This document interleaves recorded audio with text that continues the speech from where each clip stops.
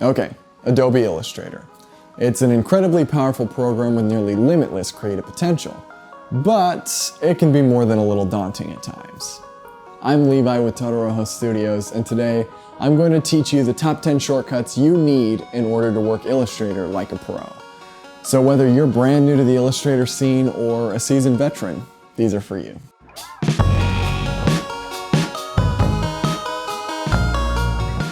Okay, first things first. You can't do much in Illustrator if you don't know how to move around the canvas, and the main two ways you're going to be doing that is with the hand tool and the zoom tool. So the hand tool, you can see right here and over here as well.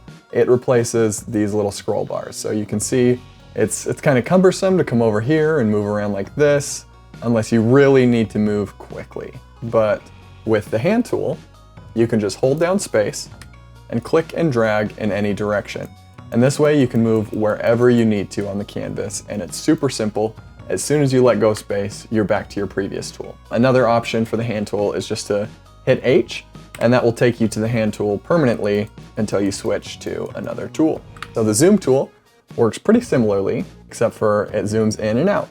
Pretty self-explanatory. So to get to that, you hold space and command and click and drag. So if you click and drag right, you'll zoom in, click and drag left, you'll zoom out.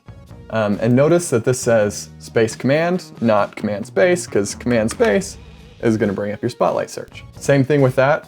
If you want to bring it up permanently, you just hit Z and click drag right, zoom in, click drag left, zoom out. Perfect. Okay, so this next tool is the closest thing we've got to time travel and just about every designer's best friend. Undo and redo. You're probably pretty familiar with them, but just in case you're still going up to edit, hitting undo or edit, redo, these are gonna save you a lot of time. I know my hand is literally at all times basically on Command Z because I use it so much. So you move something, don't like the way it looks, Command Z. Then you think about it, actually, maybe I do wanna see what that looked like again, so Command Shift Z will redo that action. Just keep in mind that the default for Illustrator is saving 100 undo states. So you'll be able to hit undo 100 times, and that's as far back as you can go. But if you want to change this, and keep in mind this takes a little bit more memory and performance, but you can go into Preferences, Performance, and change this from 100 to 200.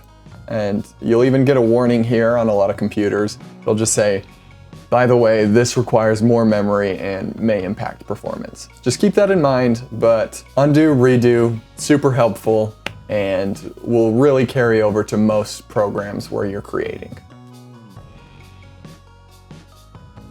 Almost every piece of artwork or design that works really well can be broken down into simple shapes.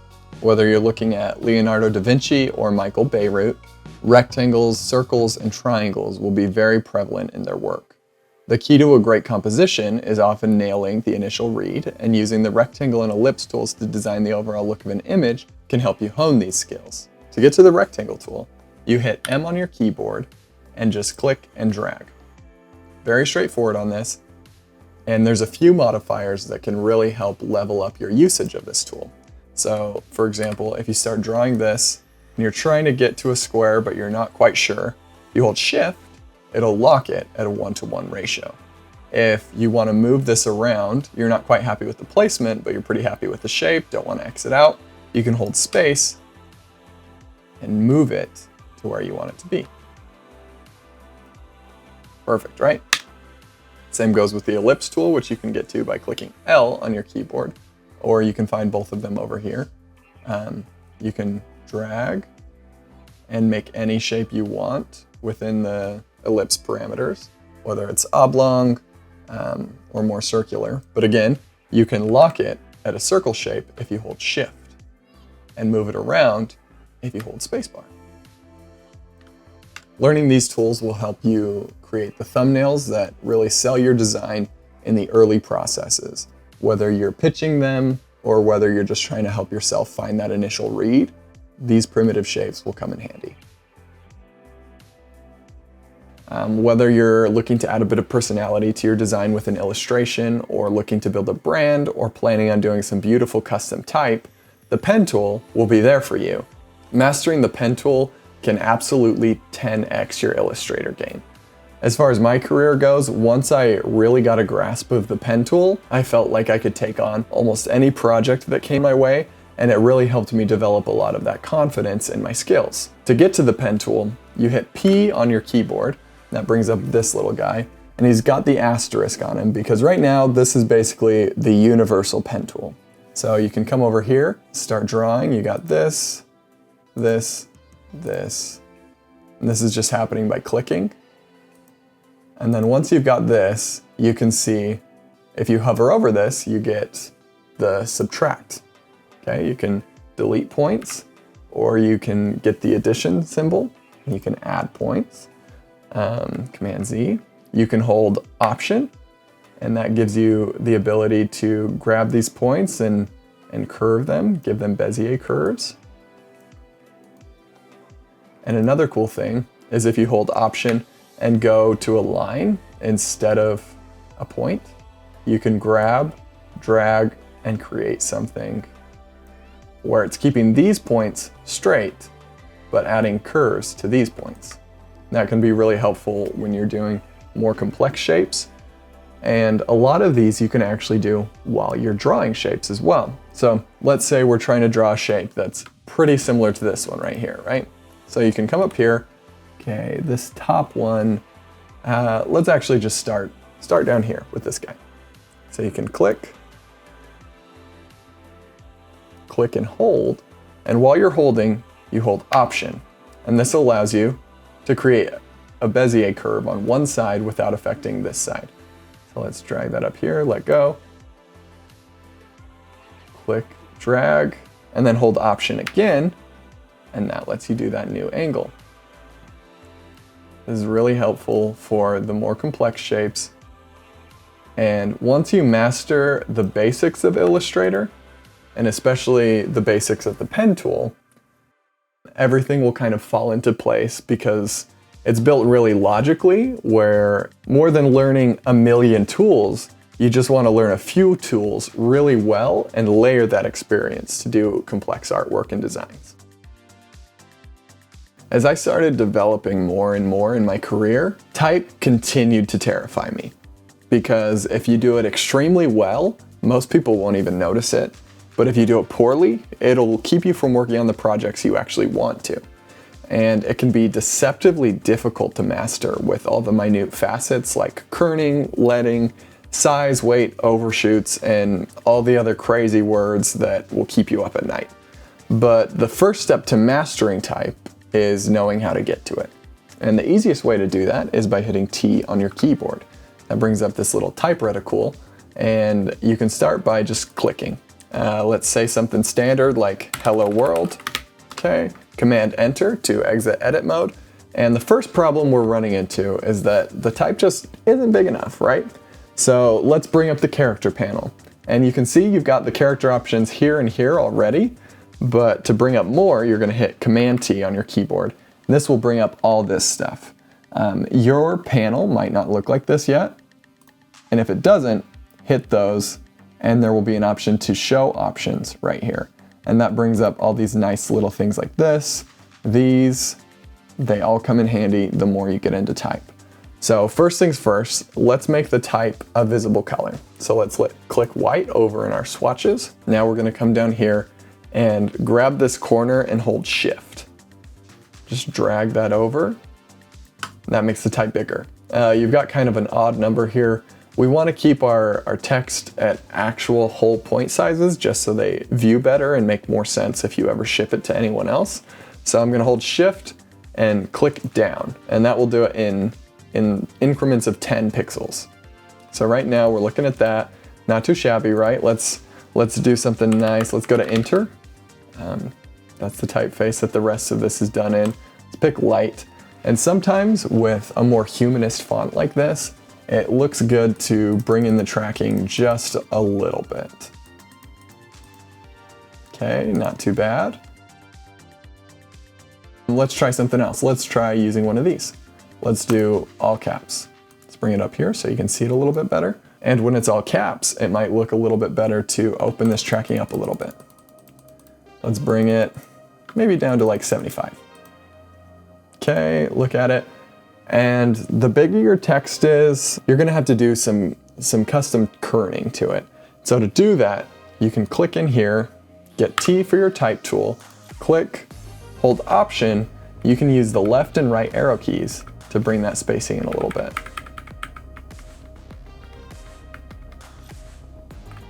You can click out. You can see there's still a lot of work to be done, but even just those two little adjustments make it look a lot better. By this little reticle here, you can see that it is left aligned right now. So to change that, you can either come up to here or get all of your options by hitting Command Option T. Now you're in your paragraph tab.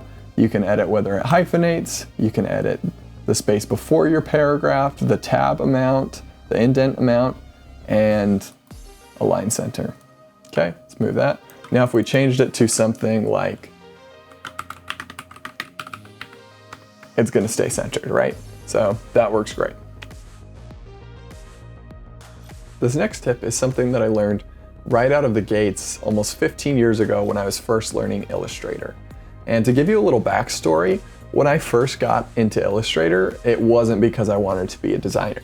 It was actually because I wanted to trace some comic artwork and color it. And so to do that, I had to figure out how to get a photo of the finished inks and trace over it while being able to check my progress underneath. Because I kept running into the problem where I was tracing it, it seemed to be going well, but my shapes were getting in the way. And another way I could have done this is just using outline instead of a fill, but that leads to other problems later. So I needed to figure out a way that I could keep it fully colored and filled while still being able to check my progress. And that's how I found outline mode. And the best way to do outline mode is by hitting Command Y on your keyboard. And this changes every shape, fill, piece of text, everything into these black and white outlines. So this way you can get a really high level look at everything that's going on in your image and be able to tell what you need to do next or what you might need to tweak to more faithfully match the artwork underneath. This works really well for any type of illustrations or even just tracing a logo that you brought in from maybe a hand sketch on a piece of paper or something in Procreate. You bring it in, put it on a new layer, change that layer to a template, and outline mode will allow you to check back and forth on your progress without ruining any of your design choices or colors on top. This next tool is one that's really good for illustrations and logo work, and it's called the Shape Builder tool. You can get to it by holding Shift M. And once you do, this little reticle will come up and you can notice that it's got the Do Not Use, or basically the restricted symbol next to it. And this is because before you can use the Shape Builder tool, you need to select everything that you want it to affect. So to do that, I'm gonna hold Command to get my selection tool and click and drag over all of this. And once I do, you can see the reticle is starting to show that it can do something. Got that addition symbol, right? By default, that tool is gonna wanna merge everything that you click and drag over. But first, we want it to eliminate some pieces. So to do that, I'm gonna hold Option, click, and drag over everything I don't want in this image. So you can see there's quite a bit that we're kind of trying to get rid of. Okay, don't forget this down here. Once you let go, it deletes it all. And then from there, you can just click and drag over the remaining pieces that you want to bring together.